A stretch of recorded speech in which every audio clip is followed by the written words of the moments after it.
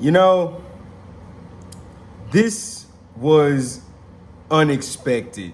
I saw some of it coming, yeah, but I didn't see all of this coming with this chapter. I gotta put like a major spoiler warning at the beginning of this video already because like we find some stuff out. I don't even really just feel like spoiling it in the beginning. Remember I said that Vegapunk, like when we meet Vegapunk, that's what Oda said, when we meet Vegapunk, we're gonna find out where devil fruits come from. Like, this just like literally came out of nowhere in this chapter. That happens in this chapter. I mean, obviously not everything. There's probably way more to go into with it, but definitely we have a definitive answer for where devil fruits come from, at least a little bit. And a little bit is definitely a lot with this situation. What's going on, y'all? Nick Urameshi here, and I ain't gonna hold y'all like for a long time with this. We just gonna go ahead and get straight into it. This is gonna be One Piece chapter 1069. We owe all there is to desire. Already right there. Oda just dropped like another D word that can possibly equate to what the initial D is. Also, the title of this chapter is like a direct reference to what happens in this chapter, honestly. I mean, that should really be obvious, but sometimes, anyway, cover story for this week is still dealing with the Germa, but not really at this point. It kind of feels like we've switched over from like a Germa story to a Mad story at this point, because in this one, we get the reveal of what the Mad ship was, basically. And yeah, apparently Vegapunk, well, the Mad scientists were getting money from Dufeld.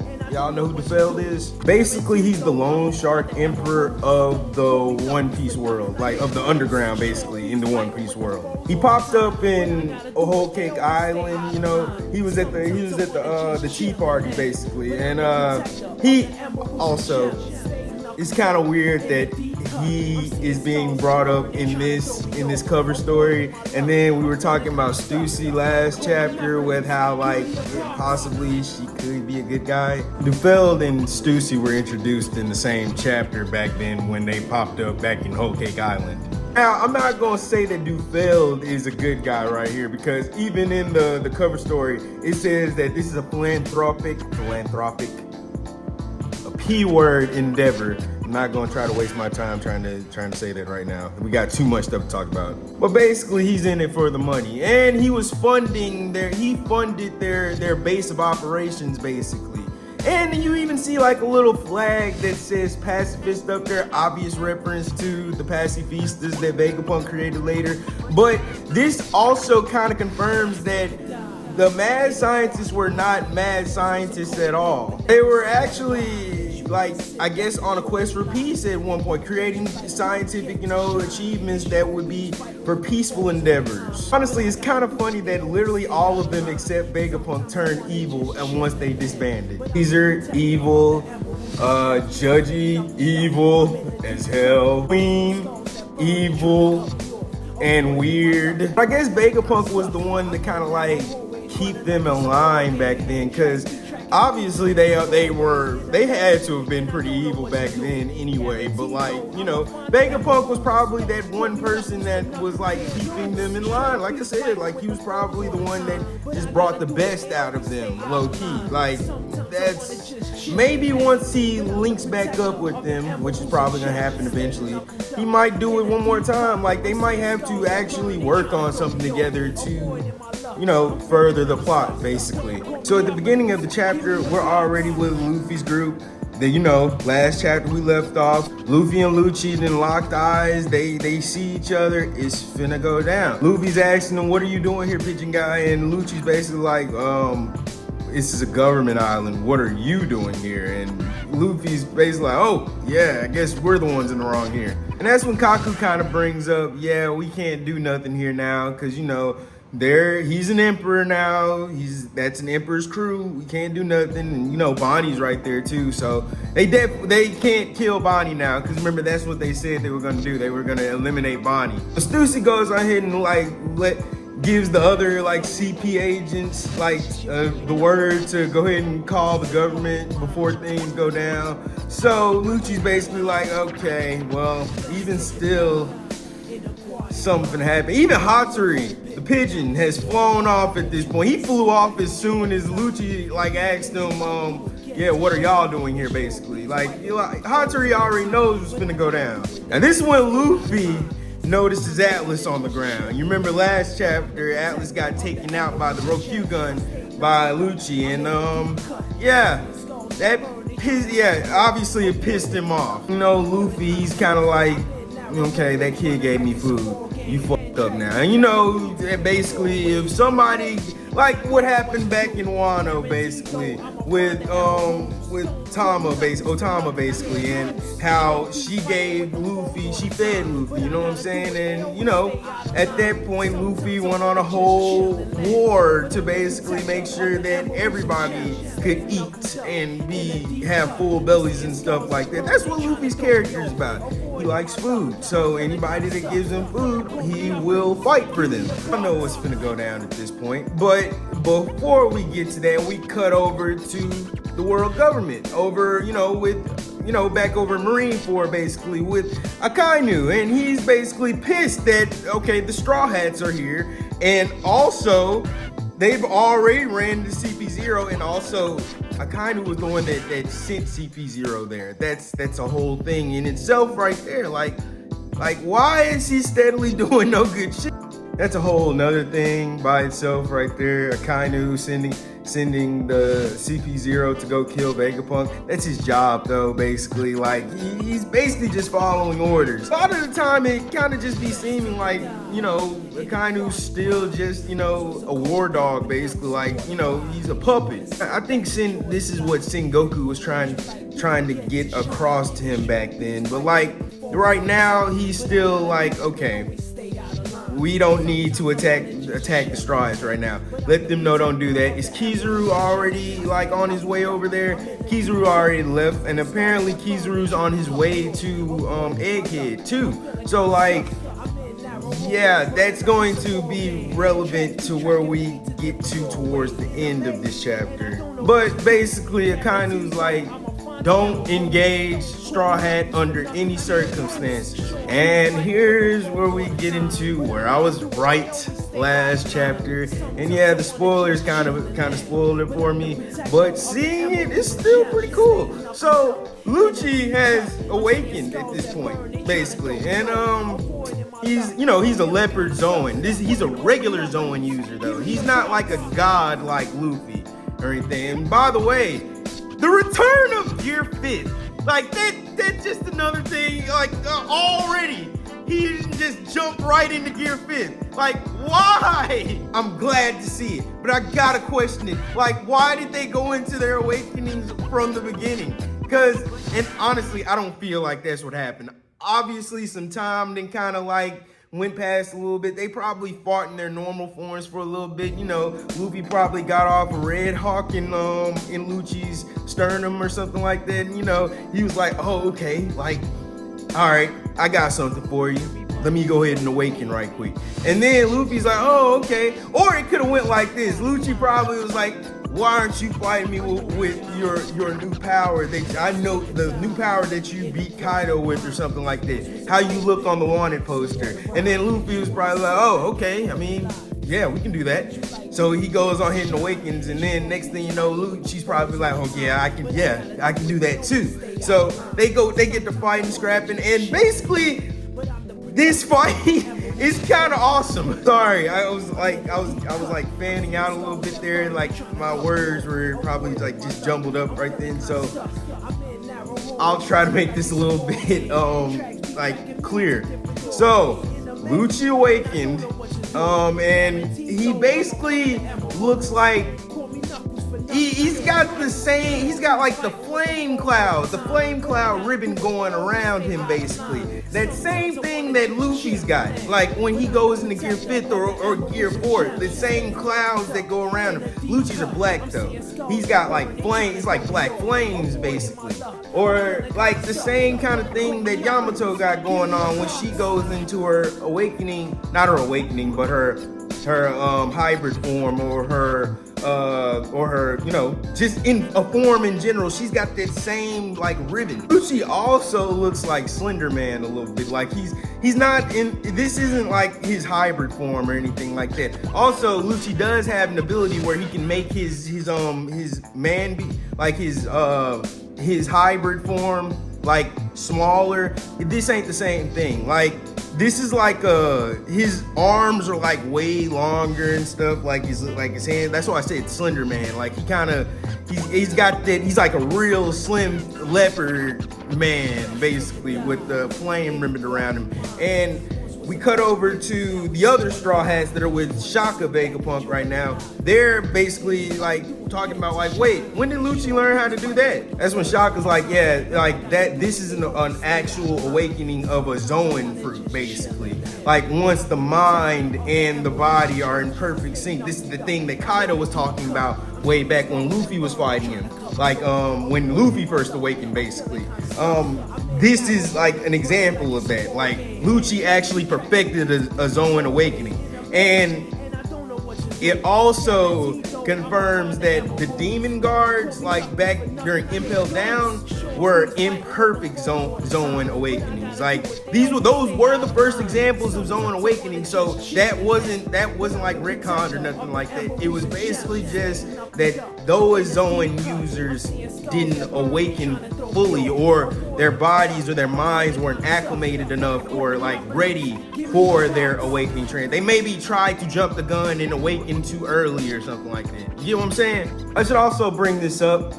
Jinbei like kind of warns Luffy like, this is a bad situation. Like, are you sure you want to be doing this? Like, because Luffy's literally fighting CP0 right now. Like, even if Luffy's an emperor, this is still going to be an international incident. And just like for Lucci, like how he's not supposed to be doing this, they need to be considering this. But yeah, this is kind of where Lucci's not like as calm and collected right now. He obviously wants to like show off right now. Like, okay, I've gotten strong. He even says it. Like, he kind of poses for a little bit and is like, yeah, I've gotten stronger too. Like I said, we're over with Shaka Vegapunk and the rest of the Straw Hats. And then that's when I'm guessing old man Vegapunk warps in. I'm guessing that's what he did, because he kind of made it there quick. He warped over there and basically he was like, Shaka, is the white warrior on screen? And yeah, this is the first time like we're hearing that white warrior phrase. Like, it's kind of weird, you know, but maybe this could be a translation thing. He might say warrior of liberation or something like that, or radiant warrior or something later. Who knows? So Vegapunk's questioning like Nami and them like, okay, do you know when he transformed this? And they're like, nah, we don't. Like, we were just guessing that it was a Gum Gum ability, a new Gum Gum ability. And that's when Vegapunk goes on and confirms something. The Gum Gum fruit was never listed in the old Devil Fruit Encyclopedia. Never said anything about the new one though, so it could still, I don't know. I don't think we've ever like actually just seen like a version of the Devil Fruit Encyclopedia in the One Piece story, but it does confirm something. Like, at least with the ancient text, the Gum Gum fruit was never there. Now, this is the first time that the Straw Hats are actually hearing about this. Like, because when we were hearing about it back during Wano, when Luffy first transformed into it, that was the Gorosei talking.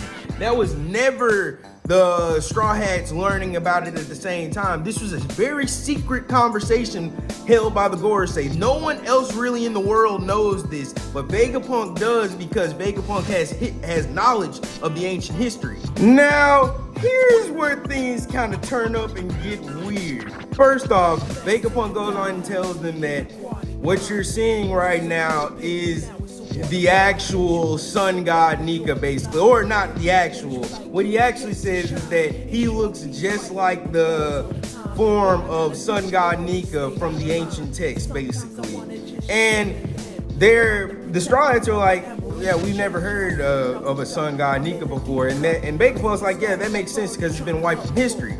But as long as there's a desire for Nika, basically, it will still persist. It will still, like, that kind of being will never go away. That type of thing will never go away. It'll never disappear. And that's when we get the title of the chapter. We owe all there is to desire. Like, specifically devil fruits. This is when we end up finding out this bit of information, okay? Devil fruits come from the desire of people to evolve, basically. And I get what you're saying. Like, you're probably saying, like, evolve. What do you mean, like digivolve, like evolve, like Pokemon, what's going on? No. And yes, maybe. Like, it's basically the power of imagination once again. Like, say for instance this. You desire to become fire, basically. A devil fruit is the manifestation of that thought. And as long as those kind of thoughts, I guess, keep going and everybody keeps thinking about this fruit or this fire power, this fruit power will never disappear, basically. But there's a caveat. Like, basically, this is an unnatural event in the world, basically. This is not something that is supposed to happen. It goes against the natural order. Now, we can learn a few things from this. Number one, devil fruits are basically imagination brought to life. That's a theory of Vegapunk's. I should clear that up now. He even says in the chapter, that's at least just my theory. But it sounds like the closest thing to a devil fruit origin that we've gotten ever, basically. So I'm gonna take that at face value. And number two, Mother Nature in the One Piece world is the sea, basically. Like, not even basically, he goes on and confirms that too. That happens. And like, the curse was placed there because Mother Nature does not agree with devil fruits being a thing, because it's an unnatural event. This is all like just out of nowhere, basically. Like, I ain't gonna lie, like, just with them fighting right now and just like him explaining this like out of nowhere, it's kind of like, wait, huh? Like, I kind of was forgetting. I almost forgot that he was supposed to be the one to give the origin of devil fruits. So that's where I'm going with this, because Oda said that. Oda said that when Vegapunk appears, he will deliver the origin of devil fruits, basically. But now that it's happened, it's kind of just surreal, to write this down in your history books, folks. 2022 was the year that we learned where devil fruits come from. Luffy at the same time is going crazy in the background while they're talking about this, like, and Lucci too. I want to admit that, yeah, Lucci's like actually not real. I don't want to say that he's matching Luffy blow for blow, honestly, because the way it's weird to talk about, honestly, because it's Gear 5's power. Gear 5 basically is like not a joke power, but it's cartoons manifested into a power, basically old style cartoons. It's basically it's gonna make, you know what I'm saying, whoever you're fighting look foolish, basically. Like, he used Kaido as a jump rope. But then again, you also gotta factor in, like, Lucci is hanging with him just a little bit, but you can see that it's pissing Lucci off. Like, Luffy's like doing the thing where he's like taking his head and like moving it over here, moving it down here and all that stuff, like dodging his attacks while doing this, like just turning, like just being rubber hose everywhere, basically. I also want to mention that I think Lucci's got Conqueror's Haki now. I feel like we got spoiled a little bit with Wano, because like we've seen so many different types of uses for Conqueror's Haki, like Conqueror's Haki coding and stuff like that. But we're starting to forget about the origins, I feel like, of when Conqueror's Haki clashes were happening. Like, you know, like back during Dressrosa, we would have the Conqueror's Haki clash with Luffy and Doflamingo when they did the kicks and the Black Lightning appeared. That kind of thing happened in this chapter too, but it's kind of confusing because like you don't know if it's Armament Haki or, I mean, it could be Armament Haki. It could be that, but the Black Lightning, I feel like it does symbolize, like it's still supposed to symbolize Conqueror's Haki. So whether or not you want to believe Lucci has Conqueror's Haki or not, that's up to you at this point. And until Oda, I guess, goes on ahead and confirms it, basically, it's up for debate. But I will admit, I do enjoy seeing Luffy, just disrespect Lucci like this. I'm not even gonna lie. It's very therapeutic to watch, I guess. So you remember in the last chapter, Vegapunk gives the order to, tell Sentomaru to, unleash the Seraphims, basically. And Sentomaru pops up in this chapter. He's basically like, okay, this is pretty simple. This is my day off also. So it's obviously irritating him, I guess. But at the same time, he's like, okay, this is pretty simple. I fight the pirates and help out CP0. Vegapunk's like, no. Also, he's calling him Grandpa Vegapunk. So I guess this is another version of Found Family, because it's revealed in this chapter that Sentomaru was actually rescued by Vegapunk when he was young, basically, from poverty. So, and Vegapunk kind of uses that against him in this chapter. It's kind of an asshole move, but whatever. A very manipulative side of Vegapunk. Hey, maybe that's the Lilith in him talking. I mean, Lilith is the evil one. Maybe she would be the one to do all the manipulating and stuff like that 9 times out of 10. Apparently there's a hierarchy to controlling the Seraphim, or the new Pacifista. So here's how it goes. The 5 elders, the Gorosei, are on top. If they give an order to the Seraphim, it trumps all orders. It trumps all other orders, basically. But they can't give an order over a transponder snail, so they have to be around to actually give an order. Now, the next one is Vegapunk, obviously, because he created them. And it's very obvious for the 5 elders to be on top, because there is no way they're going to give complete control over this to Vegapunk, especially when they're funding this. Now, after this is Sentomaru, who works directly under Vegapunk. So, yeah, that makes sense, too. And also, after this is anybody with an authority chip. And that is where CP0 falls into. And they are really getting the short end of the stick with this, basically. So they try to give a command to S-Bear, the Kuma clone that's behind them, but Sentomaru trumps that and says basically, get rid of these guys. And yeah, the S-Bear starts attacking CP0 at that point. We get another attack for Gear 5th at this point. This one, Gum Gum Mole. So this is what Luffy does. He punches the ground, and then basically a rubber ground fist comes out and punches Lucci in the stomach. And this is another example of Luffy's kind of weird paramecia powers with this awakening, because he can control the ground, kind of like how, once again, Katakuri did it back when he awakened. Katakuri could control the ground around him and turn into mochi. Well, Luffy can do the same thing. He can turn the ground into rubber. And basically, whenever, he touches the ground or something, and we haven't really seen him, do anything like Katakuri where he, levitates, the ground or something like that. I hope that is a thing that he can do eventually, but, he kind of just punches the ground and just creates a rubber ground fist, basically.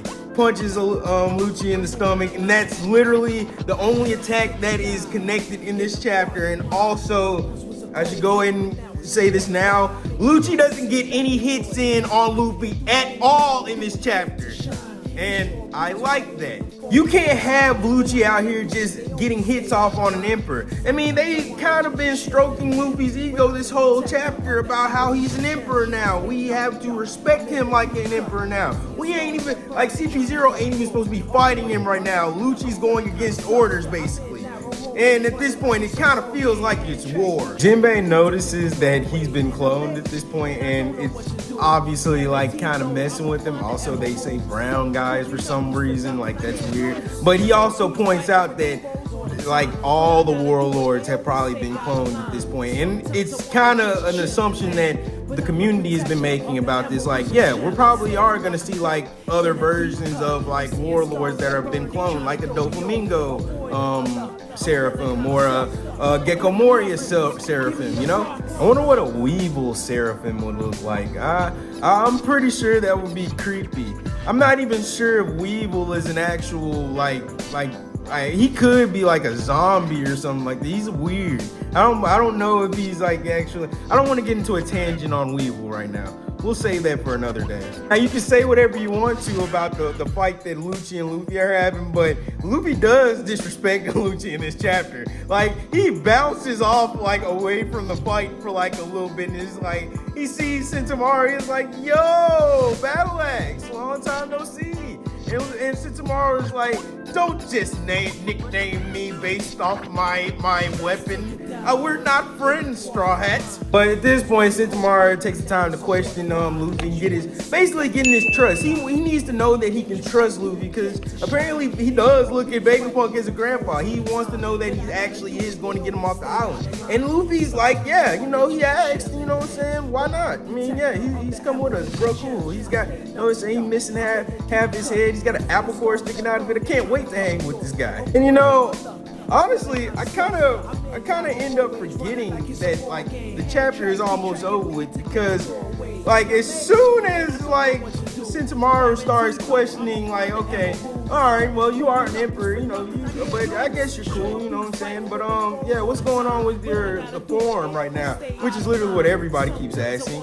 And yeah, as soon as that happens, handgun to the back.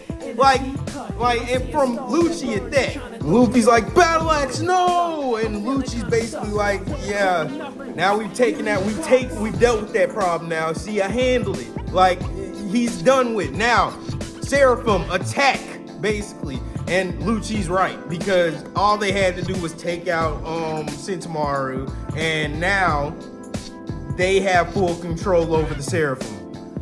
End of chapter. Break next week. Lucci just always keeps finding ways to piss Luffy off. Is Sentomaru dead? I don't think so, honestly. Like, we just started finding stuff out about him. Now, it is bad that the Seraphim are under CP0's control now because the Seraphim are like honestly able to stand up against an emperor. We've seen that. Like Blackbeard was fighting one, and it was like like going toe to toe with them. And there are 3 here, so that might be a problem.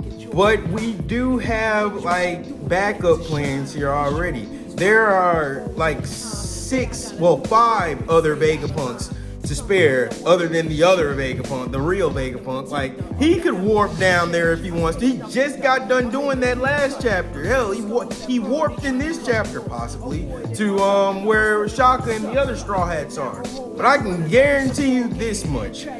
Luffy is finna be pissed. Already, it seemed like Luffy was kind of looking at like Sentomaru as like a friend he hadn't seen in a long time. I don't know why he was looking at him like that. Now that I think about it, I think it's really because like Sentomaru, like when he first met him, he was actually kind of helpful. He didn't mean to be, but he was very helpful. He was, he was telling Luffy, like Luffy was asking questions, Sentomaru wasn't trying to answer them, but he ended up answering them anyway. And then Luffy's pretty much like, thanks. Like, he probably was looking at Sentomaru like he's a pretty cool guy. But I already can see that the power scalers and stuff are going into a frenzy. About this chapter, I'm not gonna be doing that because like that this like I'm cool with how this turned out, honestly. Like the anime, I feel like will flesh this out way more. Like I said, we probably will see like them fighting like regular form first, and maybe we'll see like Luffy going into Gear 4th or something like that and fighting Lucci's stronger hybrid form basically, and then we'll see like how they actually went into their main forms, not their main forms, but what I'm saying, their awakened forms. That's it. This was an exciting one. I feel like I hope I don't lose my voice, but like this was an exciting chapter. Like, I love a good fighting chapter, especially when there's a lot of exposition to actually just deliver alongside the fighting. But I appreciate all of you for stopping by to watch my video. If you want to, drop a like, leave a comment. Let's get to having a discussion in the comments. And I know this isn't a big deal, but I just recently reached 50 subscribers. Like that's cool. Like thank you to everybody that's clicking subscribe. Like, I appreciate it. I really do. And, you know, for a guy that's not getting paid yet for this, I feel like I'm doing pretty good. You know, I appreciate all the love that I'm getting so far. You know what I'm saying? Like, it really means a lot. Going into 2023, let's keep this train rolling. You know, like, I want to speak positively on myself, like, and on my channel. Like, who knows? Maybe next year we'll hit 1,000. Maybe we'll hit, like, who knows where I'll go next year. Honestly, I didn't think I would get this far this year, honestly. But I'm grateful for everything so far, like I said. Like, and I appreciate you all. Like, you know what I'm saying? Like, real talk, God bless y'all. You know what I'm saying? So, get up with me, like, next time. Like, we're on break this week, but I promise you I'll still have something coming out for y'all this week. You know what I'm saying? So, like, comment, and subscribe, and I'll talk to y'all later.